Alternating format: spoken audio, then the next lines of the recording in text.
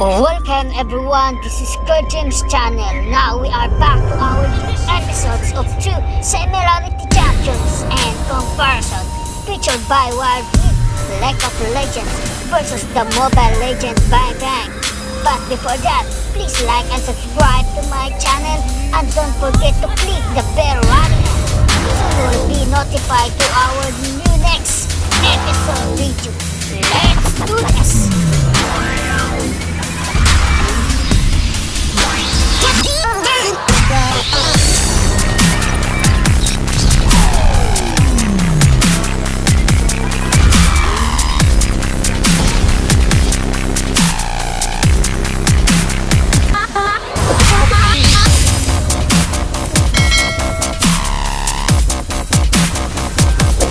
Again, quick reminder that I don't take any credit for the part that Riot narrated themselves. They did release the written version too, but I couldn't narrate it as well as they did. So without further ado, let's get on it. In ages past, the oceans of Runeterra were home to civilizations far older than those of the land. In the depths of what is now the Guardian Sea, a great city once stood. It was here that the Yordle Fizz made his home. He lived alongside the artisans and warriors of that proud noble race.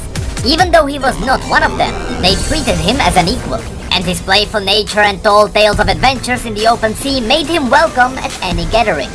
But the world was changing. The oceans were growing warmer, emboldening fierce predators to rise up from the deepest trenches.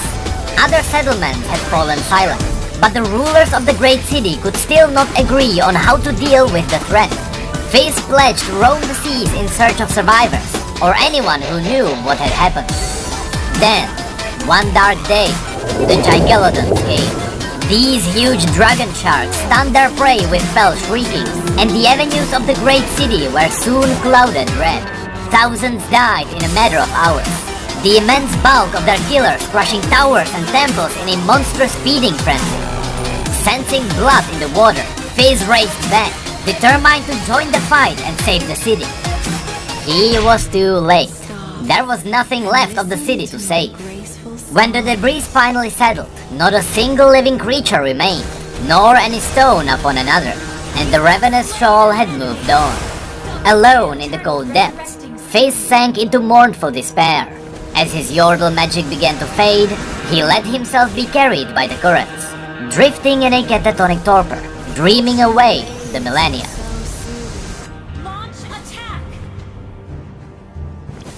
It was only chance that reawakened him. A handful of copper coins fell from above, scattered in the seabed in a wake of a huge wooden fish that swam upon the surface. This was no Gigalodon, but Fizz was alarmed nonetheless. He knew little of the world overhead, but surely no fish could survive up there. He ventured up and peered into the salty air for the first time. There were people who lived outside of the water and sailed in wooden fish of all sizes. Fizz found the thought both frightening and exciting, but the curious gifts they cast into the water made it clear that they wanted to be his friends. In time, following their movements to and fro across the oceans, he came to the port city of Bilgewater. To the inhabitants of that lawless place, this strange slippery creature quickly became something of a legend, a tidal trickster, a spirit of the ocean itself. It is said that he can summon great beasts to do his bidding, hole a ship's hull with his stone trident, and breathe air or water as it suits him. Many misbehaving children had been warned on a moonless night. Go quickly to sleep or the trickster will come and feed you to the fishes. Fizz is good-natured but mischievous even for a Yordle, and delights in confounding the people of Bilgewater. The most seasoned fishermen know, just as the ocean may rise and fall, the tidal trickster is likely to lead them into wildless doldrums, as to an easy catch that would fill their nets. Even so, Fizz does not take kindly the greedy or selfish, and more than one haughty sea captain hoping to make a quick pile of silver has found that her mysterious guide has led her not to safety, but to shipwreck. Before we move on to the other part, I quickly want to address two things. At the beginning, it is mentioned that all of this is happening in what is now known as the Guardian Sea. From this, we can assume that the race Fizz was in contact with were the Marai, or in other words, Nami's people. Also, the story later mentions his Yordle magic running out. Thanks to the story of Ziggs and Jinx, we know that Yordles hide their true identities with magic, because other races believe Yordles are highly dangerous. While Ziggs and Heimerdinger transform into humans and Runnershop in Piltover, or at least Heimerdinger does now. It seems that Fizz transformed into one of the Marai to stay with them. But again, since the race was never directly called out, it could be a brand new race as well. After all, we still know about the Seal Sister from Ornn's story. Maybe she has her own followers just like Volibear. Then again, the story never mentions that Fizz would hide who he really is. Maybe the Marai wouldn't even care that he is a Yordle. And in that case, I have no idea what that magic would be. But as of right now, the only Yordle magic we know about is the transformation. So take that for what it is. But now, let's continue with Riot's audio story.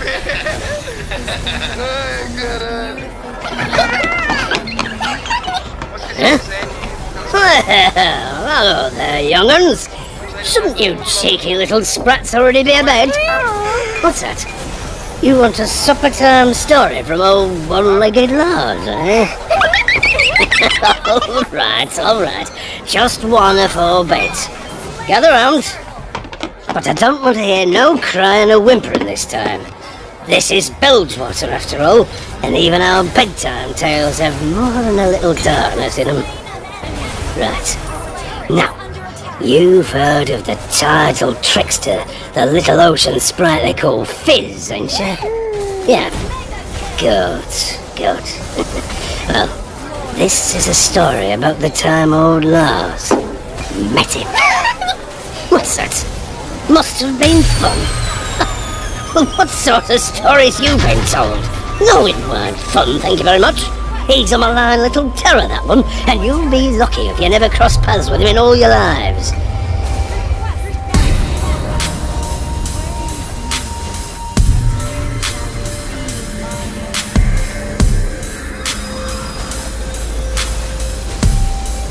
Fizz is a tricky melee assassin and fighter.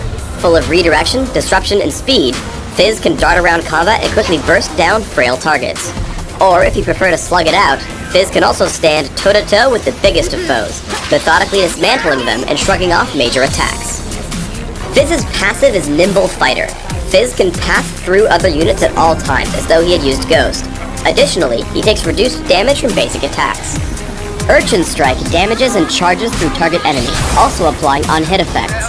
When Fizz uses Urchin Strike, he always moves a set distance forward, meaning that if you use it while directly next to an opponent, you'll appear far behind him. I take Urchin Strike at level 2 and max it last.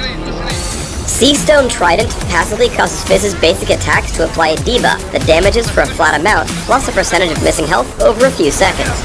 When activated, Fizz's basic attacks also deal flat bonus damage and apply grievous wounds, which reduce heals on your target for a few seconds. I take Seastone Trident at level 1 and max it immediately. Playful/Trickster has two parts. First, Fizz dashes to a nearby location and becomes untargetable, also dodging any attacks and spells aimed at him. Reactivating the ability will cause Fizz to dash again, damaging all enemies he lands on. If you don't reactivate the ability, Fizz will become targetable again after a half second, damaging and slowing nearby enemies in the process. I take Playful/Trickster at level 3 and max it second, after Seastone Trident. Chum the Waters is Fizz's ultimate. Fizz sends out a skill shot nuke that stops on the ground or latches onto the first enemy champion it hits, slowing the target. After a brief delay, a shark comes out and eats the fish, knocking up, damaging, and slowing all enemies in the area. Fizz's early laning is extremely powerful if you're willing to take risks. Walk up and poke your opponent with Seastone Trident. Nimble Fighter will make the minion counterattack bearable as you continue to whittle down your target. Upon hitting level 2, activate Seastone Trident and dive in again with Urchin Strike while landing more basic attacks. Push in for the kill when you can. In this case, I use Ghost to catch up to Galio after he flashes, killing him with Ignite. Fizz's bag of tricks can escape dangerous situations as well. Here Skarner ganks me in mid lane. I pop Ghost, and when he gets near, I dive past him with Urchin Strike. I make my way to the brush, walk to the wall, and hop over with Playful/Trickster, making it to the turret alive. Good reflexes can also make or break a great Fizz player. I fight Galio in mid lane, pushing in with Urchin Strike and Seastone Trident. When he turns to cast Resolute Smite, Playful/Trickster dodges the attack and then damages him further. I pull back away and ready my next offensive. I see him ready another Resolute Smite and dash into him with Urchin Strike, dodging another spell and dealing more damage. Eventually, Riven comes in to gank, so I run in, dodge to the side, and dive in with Urchin Strike and Seastone Trident for the kill. In teamfights, try to find squishy targets first. As a fight erupts in mid lane, I first dash through Gallia with Urchin Strike. As Graves come in, I get behind him with Playful/Trickster. I let the slow hit him so that he can't dodge Chum the Waters. After taking him down, I head up towards Skarner and Sona. Using Urchin Strike, I head in on Skarner and tag him with Ignite so he will die underneath the turret. Once the turret tries to shoot me, I dodge outward with Playful/Trickster and take down Gallia with my team. Another teamfight breaks out in mid. Once again, I dive onto Graves, taking him out with Seastone Trident and Urchin Strike and an Ignite to finish the job. After that, I head back in toward the fight and look for my next opponent. I push away Sona and head back in to attempt another kill. I dive onto Gallia with Urchin Strike and Playful/Trickster, but he saves himself with Bulwark. I Urchin Strike onto Sona to run away from Skarner and the enemy Fizz. I keep trying to escape using my abilities and make a run for my turret. When Skarner shoots out Fracture, I dodge it with Playful and let Fizz drop to land the slow on Skarner. As he continues chasing, I tag him with Chum the Waters, which causes him to die to Soraka and our turret. Galio then flashes in to take me out, but I've outranged Resolute Smite, and as he enters the base, I hit him with Urchin Strike and Seastone Trident for the kill. Urchin Strike can be used to kill enemies beyond your primary target. I see Graves get low, and dive onto Nocturne with Urchin Strike, which places me behind him and in range of Graves for the kill. Playful/Trickster then allows me to pick up Nocturne for another kill. Chum the Waters takes down Ramus, and we start to capture the windmill. Fizz's front-loaded burst allows him to take out squishy enemies easily. I dive Graves with Urchin Strike, dodging Buckshot. Playful/Trickster dodges both the turret and his smokescreen, buying enough time for Lee Sin to close in and help pick up the kill. Playful/Trickster also allows Fizz to dodge localized spells, like Crowstorm. Fiddlesticks attempts to kill me from the brush, so I dodge away and then come back in when the ability ends. I continue to poke at him with Seastone Trident. Then, when he casts Dark Wind, I dodge with Playful/Trickster and take him down. Because Fizz has so much burst, you can take out opponents before they can react to you. I happen across Fiddlesticks while low on health. I tag him with Chum the Waters and wait. Once it knocks him into the air, I head into the brush and dive with Seastone Trident and Urchin Strike. As a result, he falls without even being able to touch me. As Fizz is a very intricate champion, consider playing him with a lot of durability for your first few games, able to shrug off a lot of damage until you learn all his tricks. With this in mind, try the following build in Classic. Take Magic Penetration Marks, Flat Armor Seals, Flat Magic Resist Glyphs, and Flat Health Regeneration Quintessences. This build will allow you to control almost any lane in the game, and scale up decent durability through the mid-game. For Masteries, 9-0-21 will give you excellent cooldown reduction and magic penetration, with experience gain and bonus mana to keep your abilities flowing. Additionally, Ignite and Ghost will let you stick to and destroy single enemies. For items, start with Boots of Speed and 3 health potions. Take a fast Catalyst the Protector, upgrading to Rod of Ages, then upgrade to Sorcerer's Shoes and grab Rylet's Crystal Scepter as well. From there, take stock of how well you're doing. Rabadon's Death Cap and Lichbane will give you tons of burst damage, while options like Zonia's Hourglass, Abyssal Scepter, and Guardian Angel will help keep you durable. Finish up with a Void Staff if your opponent starts stacking Magic Resist. On Dominion, where death is more forgiving, or as you get more accustomed to Fizz's playstyle, consider a much more offensive build. Magic Penetration Marks, Ability Power per level Seals, Ability Power per level Glyphs, and Flat Ability Power Quintessences load Fizz up with offense, taking enemies down with magic damage. 2109 Masteries allow you to deal much more damage, taking everything ability power and damage related. On Dominion specifically, you don't need bonus mana, and instead should take increased movement speed and utility. Ignite and Ghost are still great choices here for Fizz. For items, opening with a Prospector's Ring and Boots of Speed before transitioning into Ionian Boots of Lucidity, Rabadon's Death Cap, and Lichbane set up Fizz for extreme burst damage. Add further damage with Void Staff, Will of the Ancients, and Zonia's Hourglass.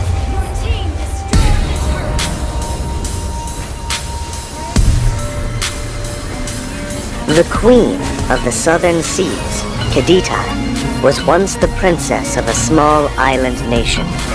Admired by everyone, Khadita was considered by all to be genuine, intelligent, and kind-hearted. Though, fate oftentimes finds its way to hit people with strife. Khadita was no different. As the heir apparent to the king, a member within the royal family grew jealous of Khadita and conspired to ruin her. An unknown mage wielding the power of black magic viciously attacked the princess. Khadita came under a powerful spell that robbed her of all her beauty, giving her a strange skin disease in the process. Over time, the people's love for Khadita faded, causing her to lose power and confidence. Out of tremendous despair, Khadita threw herself into the stormy southern seas. However, Khadita was rescued by the ocean demons. The ocean demons made her the legendary queen of the southern seas.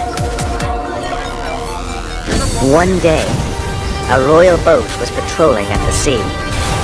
All of a sudden, an overwhelming tsunami destroyed the boat, throwing the royals and mages deep into the sea. Ever since, the island nation returned to peace again.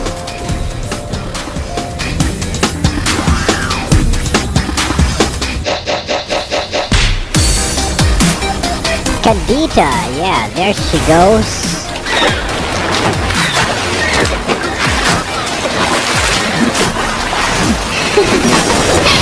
The southern seas are my domain. There we go. If you can just put a little crab next to her, it will be complete. Why don't we go in game and check out her skills and see what she's all about? Alright guys, so this is Khadita in game. This is how she looks like. And I've taken her to level 4 to unlock all her skills so that we can check out what each of the skills do. And yes, you may have noticed she's one of those lazy heroes who just floats around and yeah, not really wanna use their feet. So what's the point of buying boots for you, Khadita? Come on, tell me. Let's talk about her skills. So, her passive is simply saying that enemies intimidated by Khadita's ocean waves and the attack speed of enemies who take damage from the waves are slowed by 60. So I'm assuming that Khadita's waves that slows enemies' attack speed by 60 are her skills. So each enemy hit by her skills, or any enemy hit by her skills, get their attack speed slowed down. So this is really effective against marksmen, I guess. I guess they made Khadita to like counter fast attacking marksmen or heroes that rely on basic attacks, fast basic attacks. And this is her skill 1. Let's talk about her skill 1. It looks like this. There you go. So it's a blink or a flash skill with AoE damage. I like to call it the water MRT because you ride the water. There you go, like an MRT. So it goes forward in this line, right? And then goes back to where you started. At the same time, dealing damage to all enemies and slowing their movement speed down. It also says here that you get immunity to all crowd control effect skills like stuns, CC, slows, or whatever to disable. You cannot be disabled while you're in this water shield. Another thing about this skill 1 is you can cancel it mid-swim if you don't want to go back to where you started. By pressing the skill again while riding the water, you get out of it, but the water still goes back, dealing the second damage or the second hit of damage to enemies. Now let's talk about skill 2. Skill 2 is simply this area damage in a circle with a knock-up. There you go. So you notice that there was a delay after casting the skill, right? Let's see that again. So you cast it and then after a few seconds, knock up and damage happens. Now, skill 2 has a special interaction with skill 1. It says here that if you're gonna use skill 2, this eruption, while using skill 1, the knock up is gonna come out faster, and it did. So I guess it's a really good combo for initiation to use skill 1 and then in the middle of it use skill 2 to knock up the people that you wanted to knock up or CC. So but yeah, simply that's skill 2 for you. It's called Take a Bath Diggy. And finally, let's talk about her skill 3. It looks like this. It's an area of effect damage. So there's gonna be 6 waves coming out of this. And then the 6 waves will go back. Let's see it in action.